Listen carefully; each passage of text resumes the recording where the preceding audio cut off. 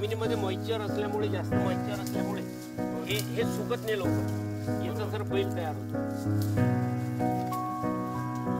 आणि ह्याच्यामुळे सर याची व्हिजिडिटी ग्रोथ भयानक होते. याचा रिप्रोडक्टिव्ह ऑर्गन मध्ये मी म्हणजे डेव्हलपमेंट आहे, परंतु व्हिजिडिटी मध्ये सर्व चांगलं होतं. तो पिकांच्या वर तो याचा हा काहीच नाही, हा पानावरच असतो. दुर्मत म्हणून आहे, हा दुर्मत आहे. पण याचं नाही आता थोडा पाऊस होता, हे वाढलं ना मग याला चांगला मग नाही. आता याचं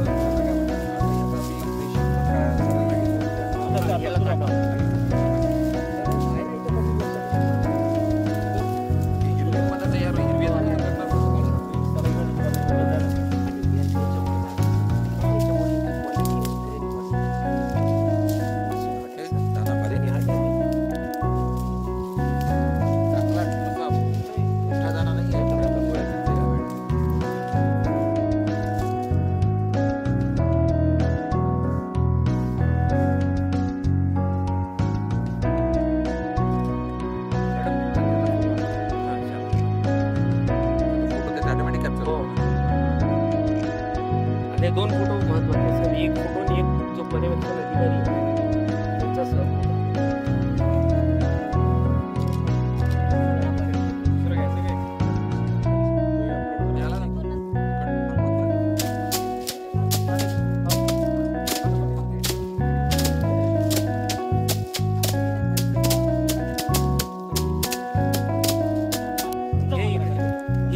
खोडून घे, खोडून असं घे. हे बा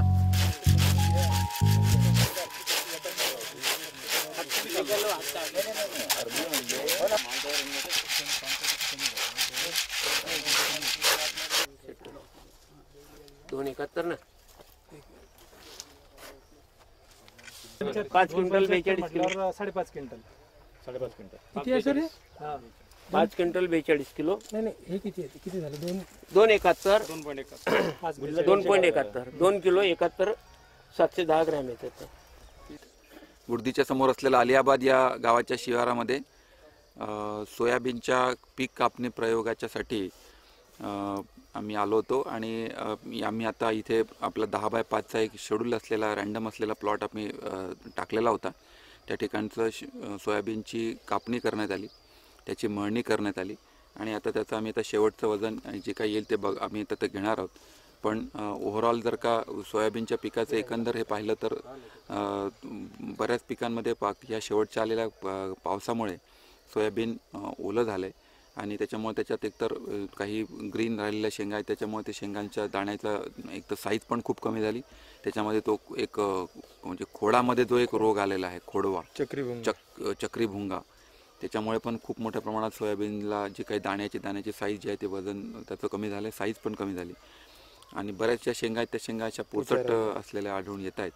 आता त्याचं आम्ही आता वजन जेव्हा घेऊ तेव्हा नक्की कळेल की आपल्याला ह्या प्लॉटमधनं किती उत्पन्न निघतं आहे.